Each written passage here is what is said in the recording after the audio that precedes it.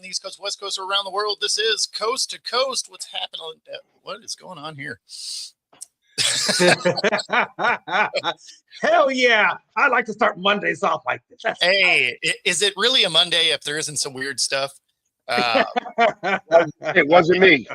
Hey. So it's funny. It is you. It shows your locations with red exclamation points. Wow. So That's who knows? Awesome. Pat's just out there floating around, right? And maybe he'll land. I got check marks on my side, so I don't know. You do now. Yeah. It just takes a minute. Well, welcome to Monday morning. How are you guys doing today? Good, man. I'm doing all right. You go, Jay. You go. Obviously, I'm lagging. No. Hey, I just wanted to say it's been a crazy weekend. I told you, Bo, Thursday, Friday, Saturday, Sunday, I was dealing with that truck, and I didn't realize Chevy Colorados really hold their value because I had a 2018. That's when I went up there and I actually wound up selling it for her, and it had 100,000 miles on it. It had a couple little dings here and there, and they still gave me $12,500 for that damn thing. Yeah, it is actually a pretty sought after little truck. As long as you don't have that 5-cylinder that was in it, because that thing was a huge piece of crap. But this was it was a 6-cylinder mid-level trim, not the highest. Honestly, as long as you didn't have the 5-cylinder, it was fine. Whether it was the 4-cylinder, the V6, didn't matter. The 5-cylinder was a problem. But I didn't know they made a 5-cylinder. Yeah, the first few years of it was an inline 5, and the valve seats would beat themselves up, and it'd end up with misfires, and you'd have to replace the head. Yeah. Okay. Somebody that worked for General Motors at the time. I replaced a lot of those. Yeah. And again, you were saying about Dodge. Dodge is another one that, because they have all those gaskets on it, I found out those things got a lot of leaks. I think I was telling you about that. It had like 2 or 3 different leaks. I was like, nah, I'm just going to go back to Chevy. I think I've never had a problem with Ford. I don't think too much. I've never had really a problem with Chevy too much. But so Fords are usually electrical. Yes. Yeah. That's the problems that you run into with Fords. Dodges typically are transmission. I haven't really I'm a Dodge Ram guy. I love the Rams. That being said, I never had an issue with anything like those leaks from the gaskets or anything like that. That wasn't the problem in certain engines. Now, I haven't done the brand new engines once they went solely Ram. Yeah, I haven't gotten one of those. It was always Dodge Rams. You know what I mean? So when I was getting them now. Well, I will tell you, Pags, the biggest problem I've had so far, the most expensive part I've had so far, is those computer updates. I have spent probably $2,000 just in computer updates, and that was a 2019 Ram, and I've spent $2,000 in that, and I spent I was gonna have to spend $4,000 to get the leaks done on those gaskets. So I don't know. To me, I've spent way too much money in that vehicle for it, and I've always done my maintenance. I've always hit all my benchmarks, and I shouldn't have that issue. But maybe I had a lemon. Sometimes that happens, I guess. I don't know. You did not. So that's where I started my automotive dealership career, was Dodge. There was a dealership, Dodge Bellevue, and if you had the 90s version of the Ram where it still had the 360 in it, that thing was an oil leaking machine, because they had 2-piece intakes, and the lower plate of the intake was steel and the rest of the intake was aluminum. Those heat and expand and contract at different temperatures, and so that little fiber gasket that's in there would fail all the time, and you'd be ingesting oil all the time. And so we did intakes on those constantly. The biggest thing with Dodge is the stuff is made really cheap. So you end up with, obviously there's mechanical issues. Transmissions are a big thing. They actually had a stretch there where the rear differential would explode, which was actually, It was actually kind of cool. Unless you're driving it. It was exciting if you were driving it. The pinion shaft would actually snap in half. In fact, that some of the early Rams had an issue. There was even a recall for it. For the hood would just spontaneously open and smash the windshield. So Dodge had some issues.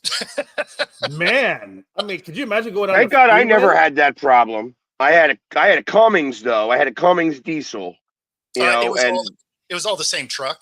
So the engine was good, but the actual truck they put around it was suspect. They also had a huge issue with water leaks. Yeah. Oh, So and seating the oil filters. Yeah. For some reason, the oil filters on those, that's what wound up happening. I remember mother of my kids was driving my truck and the oil filter fell off. Yeah. And it was a Mopar part. So Yeah. it was like a big deal. And I'm like, it wound up seizing the engine. So I wound up getting a new engine. So we get the new engine, and now it's like, well, now it's got a brand new engine in it in this nice, it was not like a 2500, so but it didn't have the extended wheelbase. It wasn't like the 3500 but it was like an 8-foot bed and stuff like that. Cab 8-foot bed, which was great. It was a great truck with the ladder rack and everything. And I remember trading that in for a minivan. Ooh, sexy. So Jeremy, although this is true, this was not actually the issue with a lot of those Rams. Some of those, the threaded part that your filter went onto was mismachined. And so it actually blow the filter off. That is nuts. So, I just thought it was interesting that I had to do that many updates. I've had Chevy, I've had Ford, newer models, right? And I've never, even my dad has had, Fords and Chevys, all throughout the 2000s. And he never had to do any of those updates. And I just thought it was so interesting that with Dodge, I had to do 2 different updates. And those things are not cheap. So software updates come out all the time. So, I mean, they're available. Some of them go down as recalls. They actually send stuff out to you and tell you to come in. And some of them go down as a TSB, which is a technical service bulletin. And so those will only get addressed if you bring it in for a problem and they've seen enough of it that they have a bulletin for it. But there's not a failure rate that requires them to have a recall. Got you. So, yeah, because if you didn't have that update, the whole damn truck would just shut down. So there are some pretty major failures where you'll go into a limp mode and you'll basically only have second gear. And it's designed to be able to get you off the road without damaging the car. Right. So that's really what it is. And in school again, it's funny. So those of you watching probably don't know, I spent a lot of my career in automotive. I owned an automotive shop. And I was a 3-time master technician. So I was a GM master, a Cadillac master, and an ASC master. Nice. I feel like you're like a legit guy of all trades. Because I know you do AC work, you do all kinds of stuff. So that was a really easy transition because you have HVAC systems in a car. Well, it's the exact same concept. In fact, going from automotive to HVAC was very easy because not only did that end of it make sense, but you went from working on engines that have, 1,000th of an inch tolerance to a system that, a 1/16th of an inch is fine. Right. All of a sudden that tolerance, you're like, oh, that's cute. So, yeah. Well, so then let me ask this question, Mr. Mechanics. I have a car that only likes to put heat out on one side. Yep. Mode door actuator. So you have little tiny motorized actuators in the dash that control heat and cool, right? I assume you have AC. And what it doesn't work right now. I think I need a Freon charge, but that's beside the point. but the doors operate in the same way. And so basically when the motor dies, it will be frozen in one direction. And so depending on where your heat settings are can make it so that you either just don't get air, depending on where the door froze, or it'll be the wrong temperature. Right. Well, so what happens is that when I turn the heat on the passenger side, it freezes. And on the driver's side, it's heat. So I get all the heat, which is great. At least that's okay for me while I'm driving, but Sure. my passengers hate it. Yeah. So you're getting heat and you're sweating and they're freezing and cold. And I'm the one that's usually the one that don't want the heat in the first place. So it's yeah. So in that scenario, it's either going to be a mode. What year car are we talking about? it's a 12 Ford Explorer. Oh, 12. Okay. So yeah, it'll be an electronic part. You'll have to disassemble like half the dash to get there. But yeah, you know what? I ain't doing none of that. Yeah. So if it was older, if it was a little like a decade older, it might have still been vacuum driven. That means you're gonna have to spend a buttload of money and labor just to get that thing fixed. For like correct. a $2 part. Nah, it'll be about an $80 part. Yeah. But that being said, there would probably be like 3 or 4 hours worth of labor to get to it. The other problem I run into is that the onboard computer was a touch screen and it doesn't work anymore. You can't touch it to do anything. So like the heated seats, all part of the touch screen. Can't do nothing with the heated seats anymore. Heated seats are non-existent because can't touch the screen and do anything with it. Everything you got to do is all got to be on now the remote controls on the actual steering wheel. Yeah. It sucks. And yeah, I can't ever turn on the $800 fix. That's probably about $800 fix. That's $2,000. Yeah. $2,000 to fix that thing. Yeah. Oh, dang. I ain't fixing that either. You know what's happening? This car's going to disappear. Poof. Yep. Because it ain't a road and light it on the fire. The other thing that Ford did that was friggin' great on these cars was when you have to remove the windshield, you get a crack in the windshield's got to get removed. They have these pieces that come off on the sides. Well, the problem is that they don't ever go back on the right way because there's these little itty bitty friggin' things that you got to put them on to, and they don't clip on, so they fly off. And now I haven't had them for like the last 2 years because they flew off on both sides. This shit's just gonna be laying on the freeway somewhere in the wind. I just like that this thing in my mind looks like the most beat up hoopty at this point. Oh my God! It is the song piece of shit car. Like it didn't have a gas cap because it's one of those vacuum sealed gas caps. You just close the door. So, but like literally, I could probably put a sock in there and make it look like that too. It's like kind of funny that way. You know what I mean? In the seat. Why do I feel like duct tape is your best friend? That is awesome. You know what? As funny as you say that, because I used to get leaks that came in. That's why the onboard computer stopped working. It would leak through the lights, the front lights. It would come out and overflow because these little friggin' tubes that go down get clogged up.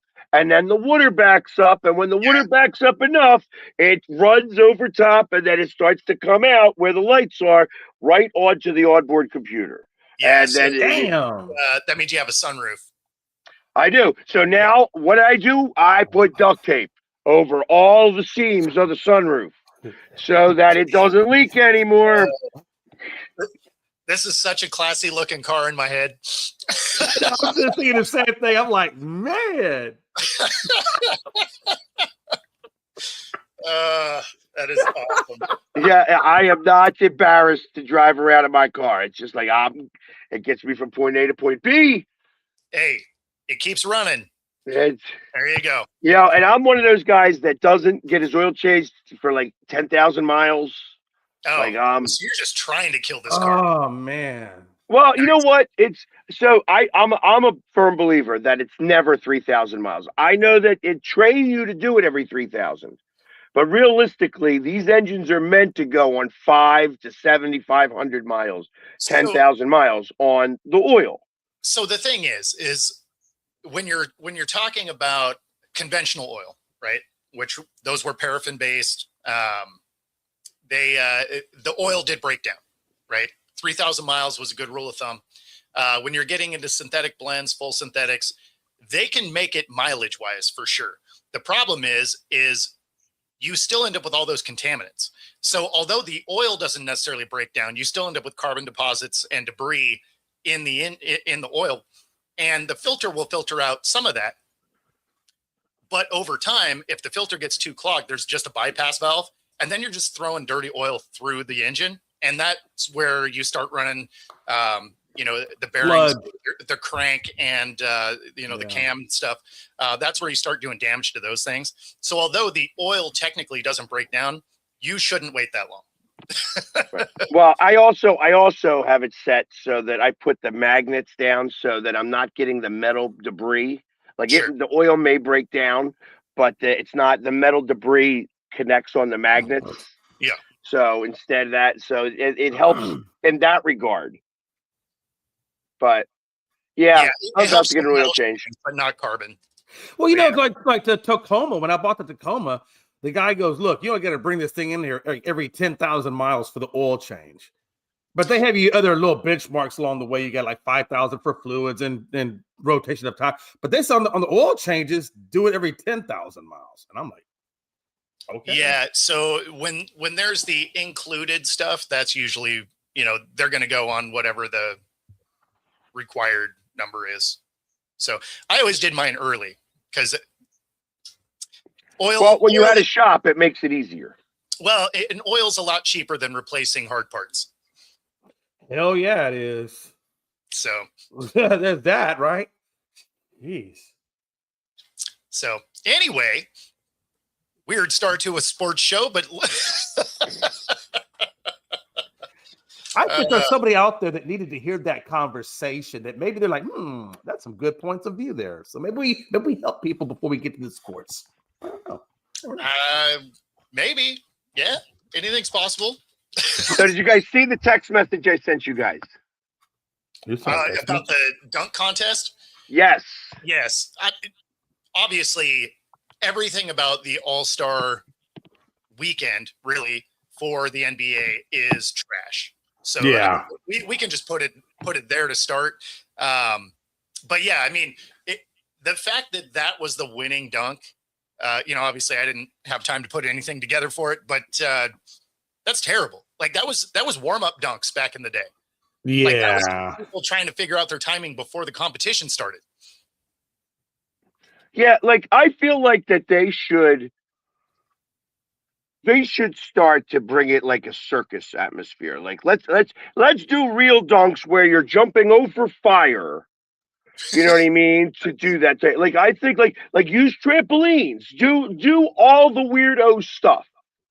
You know what I mean? Like let's do it that way instead of like we're just these guys don't do this. They don't practice this stuff anymore.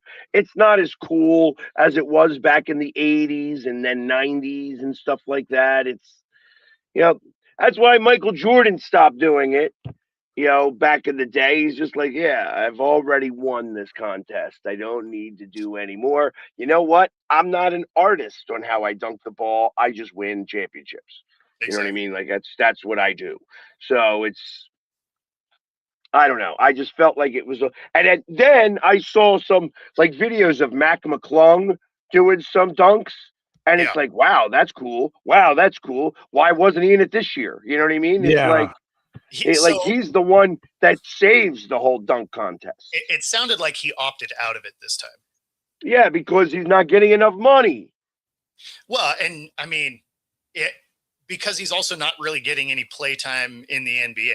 He's just like, and he's already won it. Right. 6'2". 6'2", and he scores maybe when he gets out there and he plays, he scores maybe 2 points a game. And like I think he's averaging less than 2 points a game. So, listen, I get it. There's a reason why he's a G League player. You know what I mean? Because the G League is where he's supposed to be. Yeah. But he knows how to dunk a ball. He does. Did you see the one where the guy fell down? Looked like he knocked himself out. So he didn't hit his head on the backboard. The backboard stuffed the ball, and that's how he swung down. But then his head like rebounded off the floor. Yeah. That looked rough.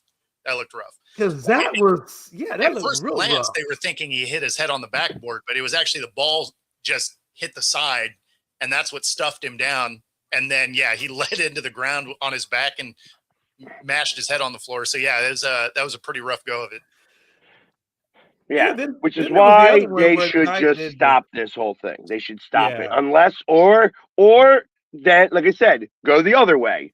Start getting rings of fire, and like trampolines and stuff. Start to do weirdo stuff like that. That would be kind of cool. Hmm. But now you got these guys that would have to practice that stuff. You know what I mean? Like that's. I didn't see injuries happen when they start doing that. Somebody's gonna hit the trampoline wrong. They're gonna tear an ACL. And listen, or not my Achilles or problem. something. Not my That's not problem. mine either. You want to have a dunk contest, you got to have it like that then, because I tell you what, nobody, like, why would anybody have watched that stuff? The fact that some of these people were getting like, oh, it's a 47 dunk. What? That was like that was the way I could dunk the ball. Yeah. Mhm. And then you got the other guy who does some kind of like reach around dunk like this, and then he dances. I'm like, what is that all about? Dude, it's not like you did like some kind of behind the back or through the legs or something crazy or 360 dunk. You just reach your hand back and then you're gonna dance like you did something. Like I don't. See, the problem is he is dancing like he did something, because compared to the other guys, he did. I guess true. Right? Like the first dunk was literally just a normal dunk. Like, dude just ran up and dunked the ball, and you're just like, oh man, okay. We just set the bar really, really low. I mean, let's be honest. The days of Vince Carter with the elbow hanging in the rim, those days are long gone. From what I can see, it's like it's long gone. I mean, it's been gone for a long time, but I mean, at this point, they've destroyed the All-Star game so much, and the whole weekend really over the last decade, that I mean, I feel like you either need to really make an effort to fix it or just squash it. Obviously they had the the 3 different teams. They had 2 U.S. teams and a world team, and it was just weird. It was weird to watch. I wouldn't have watched it outside of having to be able to talk about it on shows like this. But I didn't watch it. Kyrie in the second game went off. He had like 3/4 of the team's points. I mean, he couldn't miss a 3-point shot. And then you get into the final, and well, why don't they do like what he's saying? Why don't they do more? Like I think if they did the skills challenges, okay, that would be interesting to see more skills challenges type competitions. Okay, I can see that. Well, they still had the 3-point competition, and I mean they still had skills competitions, but it's boring. Like it is. I think that they should have now like an elaborate game of horse. You know what I mean? Where it's like, hey, we're going to rotate around, and that's like it's like horse. Like we're going to play horse, and like the 3-point competition, I love. I still like that. I think they should also have a free throw competition. The problem is that would take forever, because ultimately you go until you miss. You know what I mean? And some of these guys could go 100 free throws without missing. Yeah. So but that would be kind of cool. You know what I mean? Like, and you can have, hey, we're going to have the free throw competition over on this side. So obviously this basket's going to be utilized. So the other stuff is happening on that side of the court. Yeah. I don't know. I just, or like Jeremy says, an obstacle course. I don't know. I don't know how you fix this thing. It's been, all of the All-Star games have just been sliding, except baseball. Baseball, you still have to kind of play baseball, but all the rest of them, I mean, even when it came to hockey, they had to switch it over to a different format, and the way they do it now is way better. Obviously it's not happening this year because of the Olympics, but I like the way hockey switched it up to try and make it interesting again. But yeah, I mean, footballs is, you might as well cancel it at this point. You only had 1.9 million viewers anyway. And the All-Star game, who cares? I like that they at least tried to shift it away from what it was after they put up over 400 points last year. Do you think maybe it's because, and I think it really in all the sports, maybe not so much as baseball as the other two, definitely football and basketball for sure. I feel like the competitive spirit or the competitive fire is gone. It's more about the entertainment value. Like, look at me, look what I can do after it, but not what I'm actually doing in it. And I feel like the competitive fire for me is what's gone. Well, you don't make any money in it anymore. So it used to be that these guys were making like maybe a couple $100,000 a year, and that 50K to win meant something. Now you get 100K to win. It's actually like 90 something, but these guys are making $10 million a year. So that's a rounding error for them. So, I mean, there's no real incentive. You're not going anywhere cool for it anymore. There's no money in it. When it comes to basketball, these guys are making insane money. And, so yeah, there isn't incentive. They don't care. Right. And I think that they could also do like the 1-on-1, 2-on-2, and 3-on-3. Like you could kind of do it that way too, where instead of having 5-on-5, and like they don't even do it up to that. Like then now it's like to a point, right? Like it's like, okay, the first 1 to 50 wins. Is that how that works? Is that, I don't even know. I didn't watch. What's that? The games now, the way that they play these games. It's timed. It's timed. So it was like, so that they don't have 198 to 194 games anymore. So they have 3 teams. They have the 2 USA teams and a world team. So they have the Stars, the Stripes, and the world team. And they play it's basically a mini game. And so then, they play each other kind of a, soccer style. And then they go through and, have a championship. So it was the Stars versus the Stripes, and which was basically like the old Stars versus the young Stars, and the old Stars got smoked. Yeah, it was not particularly close. Yeah, because if they're not making 3-pointers, because the young Stars could just drive. That's what I would think. They're just letting them drive in, and you're trying to hit a 3-pointer. And Cam, who is we that we care about the All-Star game? Like, I watched it, but I can't say that I care about it. I didn't get to watch it. I was on the road, but how did the world fare against? I mean, like, who ultimately took it? What?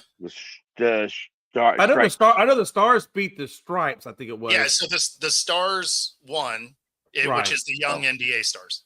Right. But they didn't play the world. They haven't played. Were you a part of this conversation? No, I just again, they all played each other. No. You said they all played each other, but you didn't. They had round robin, and then after the round robin, they had a championship. Yeah. I guess what I'm saying is I didn't hear who made the championship. The Stars versus the Stripes. It was both U.S. teams. Okay. There was only 3 teams. Yeah, I guess. But like I said, I didn't see it, so all I saw was Stars and Stripes. I didn't hear anything about the world, so I didn't know. Okay, I got you. No, I saw the Stars and Stripes game. I just didn't see the world, so I didn't see how they did. Yeah, so they lost both of them. The first one was like a last second shot, and then they lost again right at the end for both of them. So yeah. Cool. Yeah, I guess we lost. When is it? When is the draft? Is the draft coming up pretty? Is that after the finals? Is that when the draft usually goes down? Well, the draft is it's usually after the season. Yeah. Yeah, I was trying to remember what month that was, but okay. Yeah, you don't draft in the middle of the year. It's usually like right afterwards too. Like it's like July. Yeah. Yeah, the WNBA draft happens right after March Madness. Got you. So like it goes from the national championship game. You have 2 weeks. It's the draft, and then you have 2 more weeks, and the WNBA season starts. Yeah, I think that it's looking to me like the Thunder have a really good shot at repeating. Do you think do you think that Detroit can compete with them in the East? I don't know. The Thunder are running hot and cold right now. Yeah. Like they have a good team, but like they lose some weirdo games. And I'm not exactly sure. Like, is it like, hey, we just don't care? Like, we're deciding not to play in these games specific, and that's why we're losing them. Like maybe they're bored, I guess, maybe of it. I mean, it just If that's accurate, that would be wild. If the NBA draft was more watched than the finals, That would be crazy. that would be rough. Especially when you figure the draft only has like 6 people in it that you even care about. But I know SGA's been hurt, so I know he hasn't been in the lineup for at least a couple of games. I know when the Rockets beat him, SGA was on the sideline in street clothes. and I think the Pistons are regular season champs. I don't think that they actually do well in the playoffs. I think that they will, they'll win like the small series, but when they get up into the big series against a team like the Celtics or even the Knicks, like I feel like that the Knicks are going to be like a team to reckon with because those guys have played with each other. Like the Villanova guys are like they've played with each other and they've done these tournament style games and they're waiting for the playoffs. Like there's certain teams that are just waiting for the playoffs.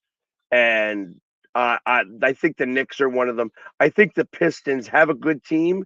I just don't think that they're going to be strong enough to beat the Celtics or the Knicks, or maybe even they Cleveland. actually beat the Knicks. There was a lot of controversy around that Knicks Pistons series last year in terms of fouls and things like that. I think the Pistons.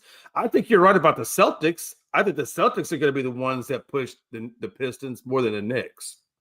It could be. I mean, listen, I don't follow basketball anywhere near as much. Like I'll start doing it a little bit more now, but I mean, right now we have the Olympics, and I tell you, curling is a thing. I tell you, watching that Canada Sweden game. I mean, you guys all saw this now at this point, where Sweden said that Canada cheated, and they're telling each other to go f off, and it's by rule they weren't wrong. No, they were not. Not allowed to double touch the rock. And then the women's team went and did it the next day. Canada also. Oh, Canada. So speaking of Canada, that was also the men's hockey, right? There were 3 different fights in the first 9 seconds of that game. Against France, right? No, it was U.S. versus Canada. Oh, God. Was that yesterday? Yeah. I missed it. There was literally 3 fights in the first 9 seconds of that game. Well, and they get kicked out. They that's it when they fight. It's no like the Olympics is much different. You could game misconducts.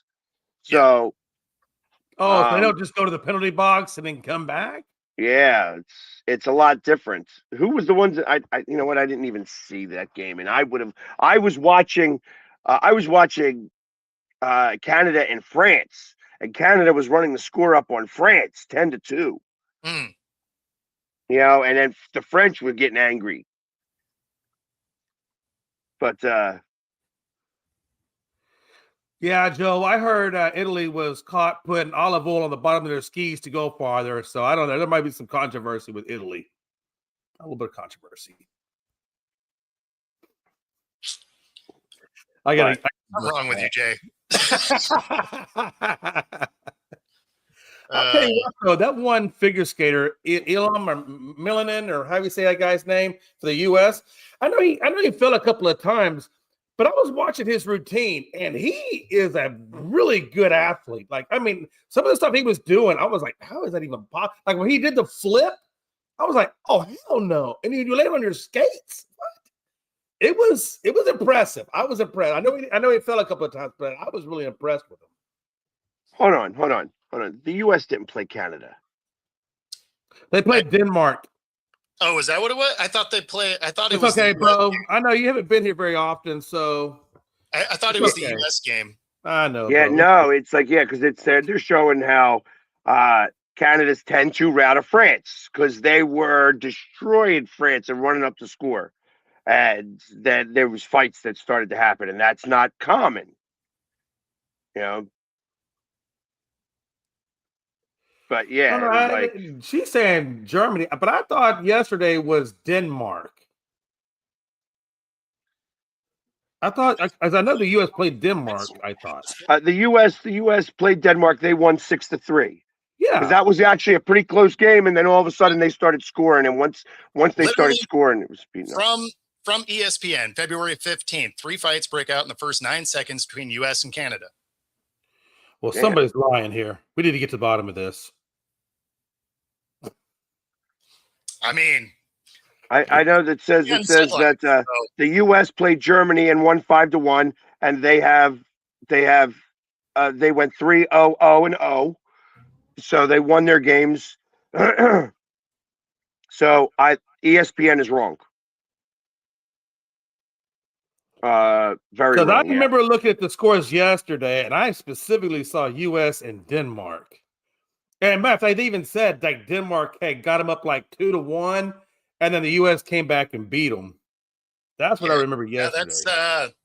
That's ESPN's headline. And they that's got odd. video.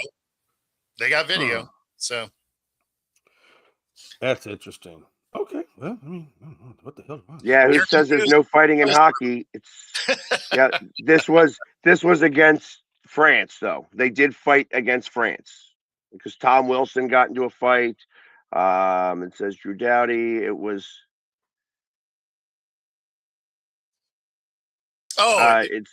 You know why? Because I just said 2025, and you know what year it is? It is 26. So it was. Last year that happened. Hold on.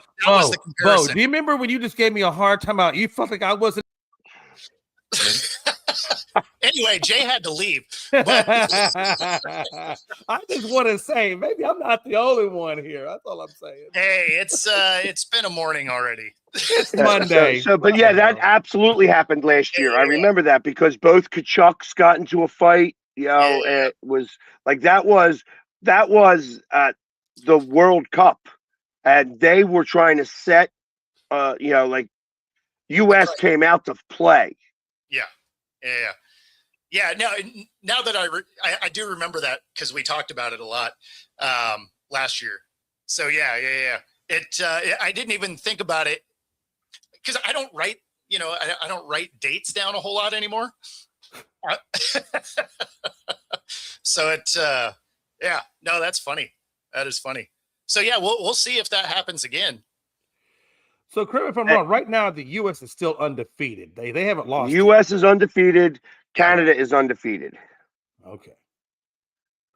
In hockey, they have not played each other yet, and they will not play each other until the gold medal round. And correct me if I'm wrong. The women's also undefeated as well? Because I know they were doing. Women are undefeated and have beaten Canada. Correct. Okay.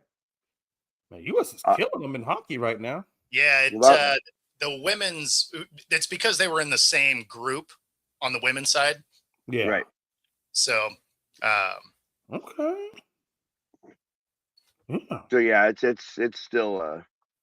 But I tell you, everybody with that whole curling thing is a big deal. It's a big deal over there.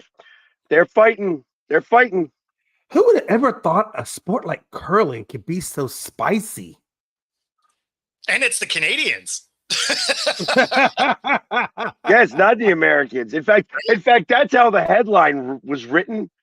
Did the U.S. buy Canada already? Is how the headline read. Man.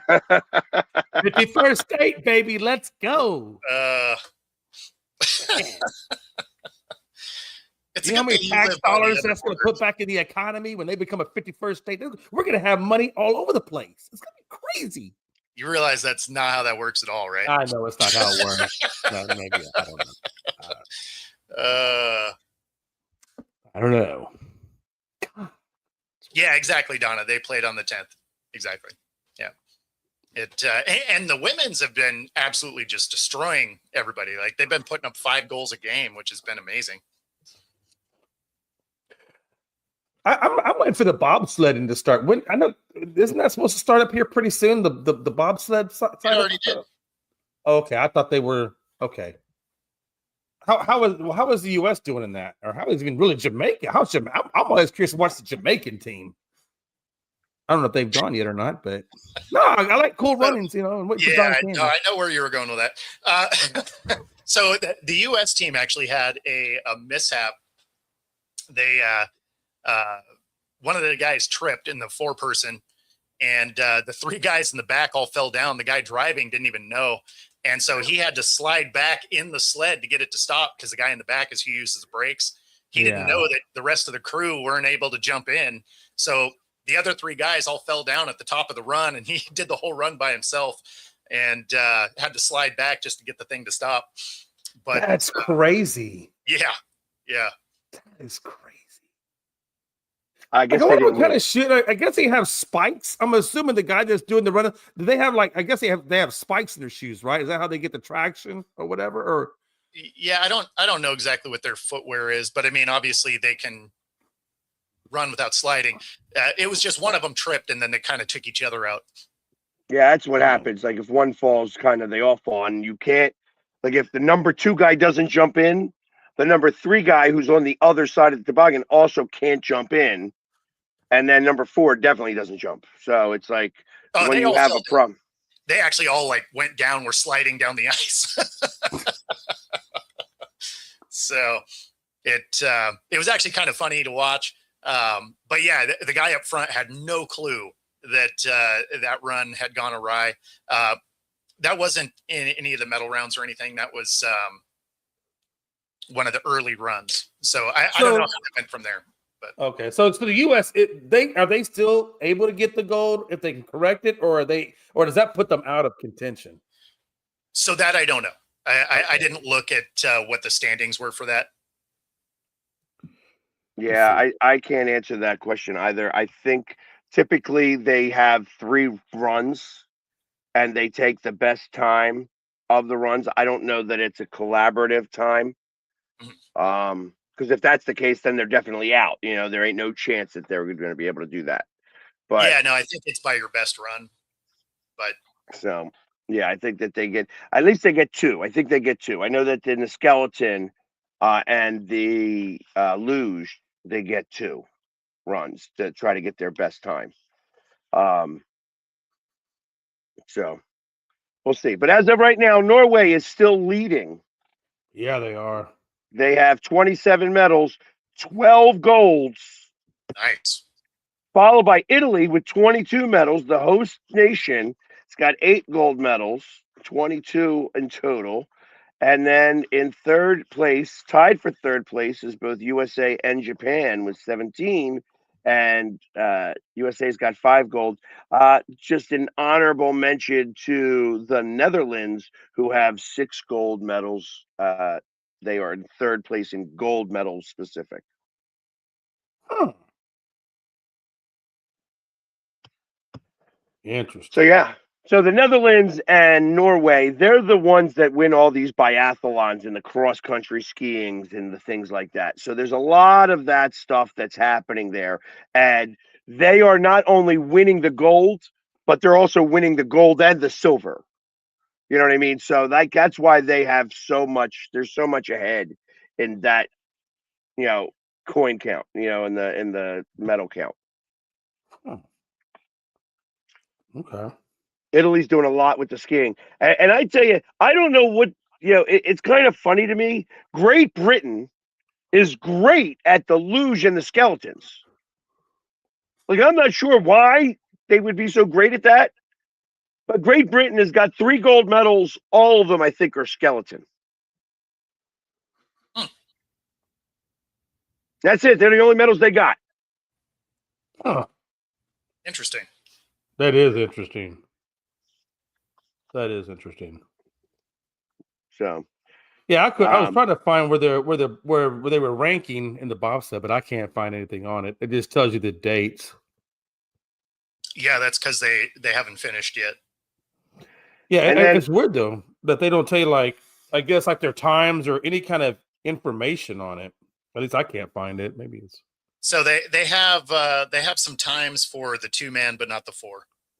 gotcha. So that means that was just probably a test run or something that they fell down on.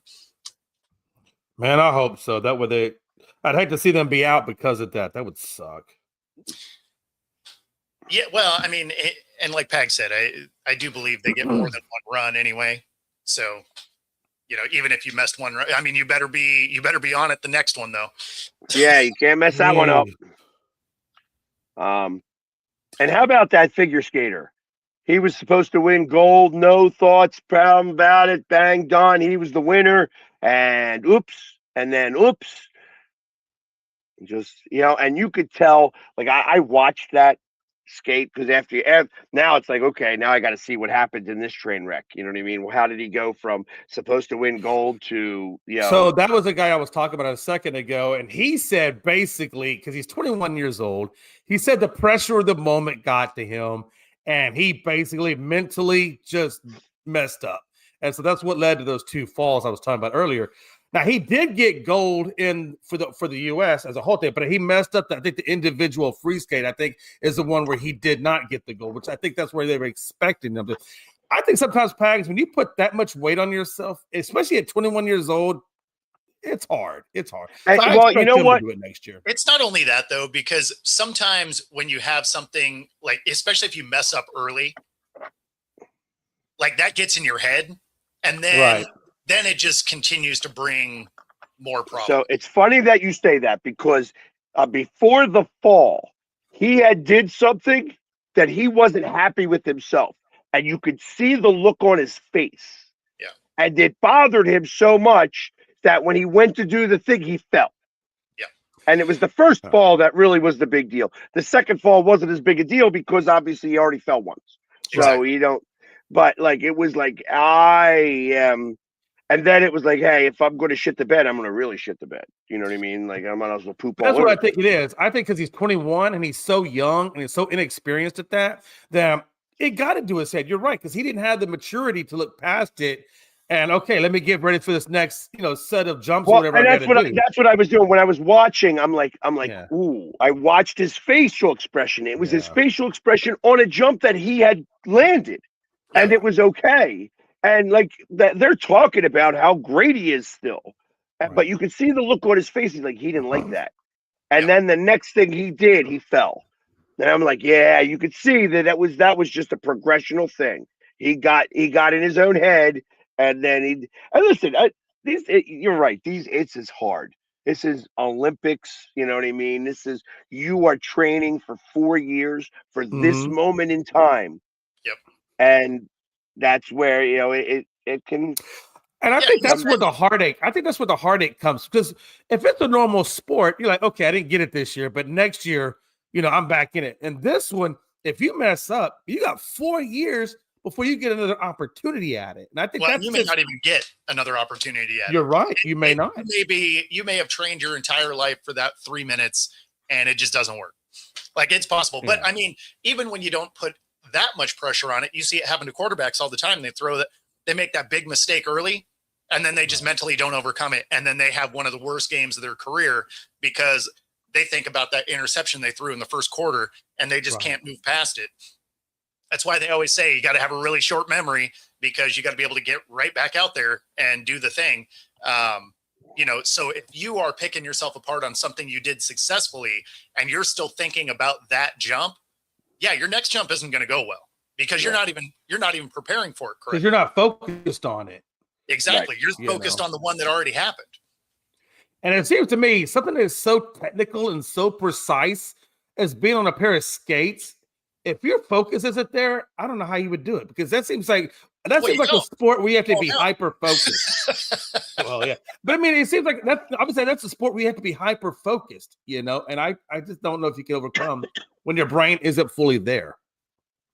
Yeah, and of course not. Unfortunately, that's what happened with this kid, and I'm glad to hear that he did win a gold in something else. Obviously, it's not, like you said, he was looked at as like the golden child of this sport. Yeah. So, and I think that's what he said. Even he's like, they put me up on this pedestal and I let it get to me. You know what I mean? So, they call him the Quad God. That's his nickname, the Quad God, right? I mean, when you start putting God at the end of something, that's crazy to me. That's crazy.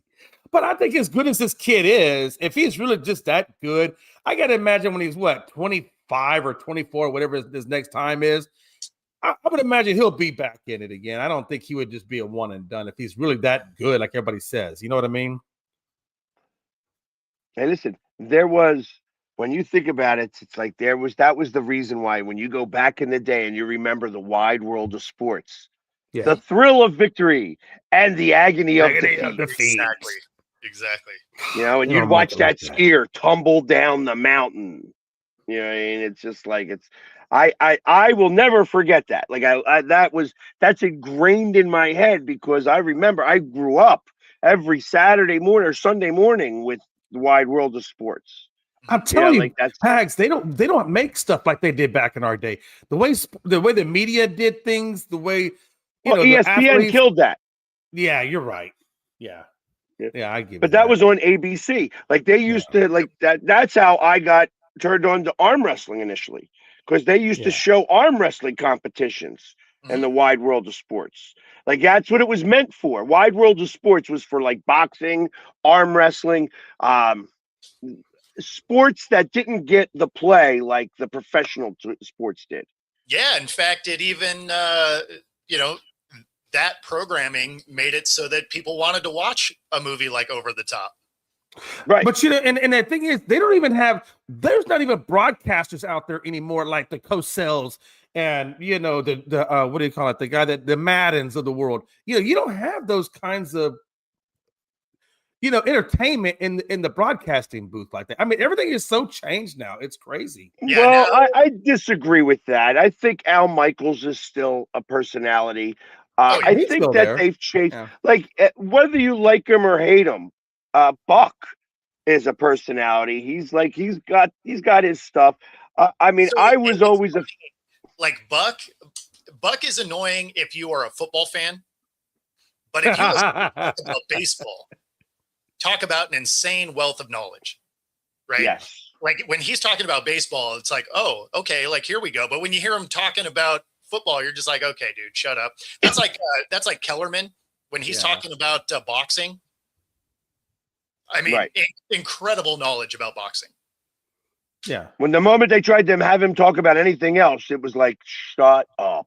Oh yeah. You are a guy who knows about boxing, obviously. You know, Oh, yeah. you don't know about football.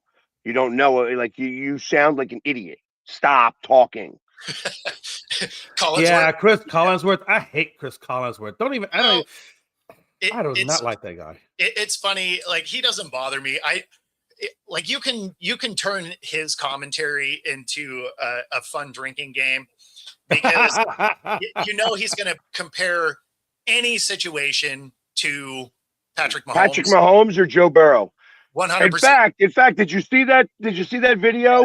Said somebody said how many times is he going to say it? He did not say Patrick Mahomes once, and because of that, he probably bet on himself. Right. And it's funny because people make that comment, and it's just like they completely forget that Madden would bring up Brett Favre in every possible way. Like he brought up Brett Favre all the time. So it wasn't that different. Yeah. Right.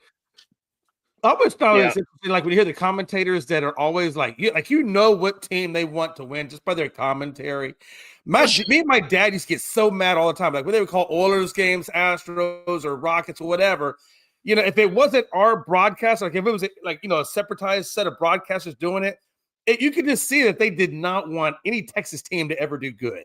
Oh, that is Troy Aikman and the Seahawks. Yeah, you know what I'm talking about? He absolutely hates the Seahawks. And it is funny because even when the Seahawks have like a dominant season, he's like, they're going to get exposed. Like, I mean, it's hilarious. Even the year 2013, right? They destroy the Broncos. So he spent the entire time leading up to that game talking as much shit about the Seahawks as humanly possible. And so it was hilarious. So yeah, Troy Aikman is a great example of that. He has a thing with the Seahawks and always has. No, I thought it was funny. I was watching this interview that they did with Bo Jackson. I think it was on Facebook. I saw the interview. It was a long, long time ago, but apparently Bo had gotten his head like a concussion or something. Oh yeah. And he wandered. Did you see that where he wandered over the sideline, sat down to the bench, and some dude grabbed him and says, "Hey, you're on the wrong side, mother." Yeah. Yeah. I saw that. I was like, "Oh my god, that is hilarious." Yeah, that's a soundbite we're gonna have on here actually. So not for today, but Okay. but it is one we're gonna talk about. Man, I saw that. I was was laughing so hard. I was saving that for when we get into this weird little spot here in a couple of weeks where there's not a whole lot going on. Well, they're good. That was the interview with Gruden, right?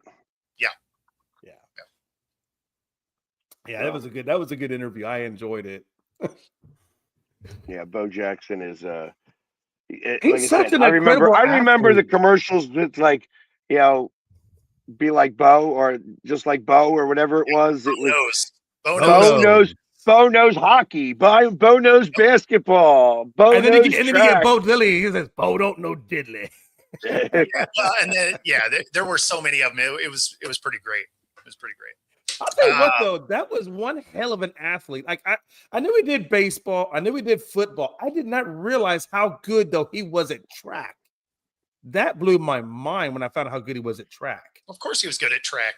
But I never followed track though. I didn't follow track like that, so I didn't really pay attention. Like most football players ran track. Yeah. Well, most of the skill guys anyway, right? But you don't see too many athletes though that can be excellent at all three. Usually they're excellent at one and then maybe okay in the other. But that guy was like literally excellent in all three sports. I mean, that's just a hell of a human. He ran a 10-3-4 100-meter. Yeah. And like at 236 pounds. Exactly. That's insane. Like there's guys that were half his weight that couldn't run 10, couldn't run that. It was like amazing. Like he was just a freak athlete. He was a freak athlete. Yeah, that and the hip injury was such a weird one too, because I mean it didn't look that bad, but it was just the way that it happened that really ended his career overall. Yeah. In the last couple of minutes before we get out of here, the Daytona 500 did run this weekend, and Michael Jordan gets to add a trophy to his case as a team owner. And if you watched the race, that final lap was absolute chaos. There was 3 different wrecks on the one lap. And they didn't throw the caution. They were letting it finish under green. And there was a big wreck at the beginning, a small one in the middle, and then coming around the last little bit of the corner, another big one. I mean, there was I think there was maybe 12 cars that weren't tore up on that. One of them was Michael Jordan's. Yes. And did anybody see him? He had 4 in the race. Did anybody see him like after they won with that little kid? No, I didn't see that. No. There was a very weird moment that they showed where he's like pinching the butt of this little kid. And that's like, what are you doing? What? Like, what's it's you could find it. You can find it. It's like you know what? KFC Barstool talks about it. It was like he's like, what are you doing, dude? Like, what's like the camera is on you. This is weird. That whole situation is weird. I mean, I understand that you probably know this kid really well, and he calls you Uncle Mike. But even then, that's weird. It was just weird. It's weird. Congratulations on him winning it, but don't be a weirdo. Yeah, that's strange. Yeah, I didn't see or hear about that. I went right from the race to switching over to All-Star Weekend. So, it talks about this. Michael Jordan is facing some serious backlash. As Sean Williams, you're comparing pinching a little boy's butt to an NBA. Yeah, there's a lot of people talking about how weird that was. Yeah, no, that's crazy. Weird. That is weird. Even on Instagram, video of MJ touching this kid's butt repeatedly. Yeah, it was like a weird moment. So it's like that is weird. Yeah. But what's not weird is we're at the top of the hour and we're going to get out of here. We'll see you tomorrow. Be sure to like and subscribe. Helps us bring our stuff to you. Otherwise, catch y'all next time. Peace. But don't hit the button.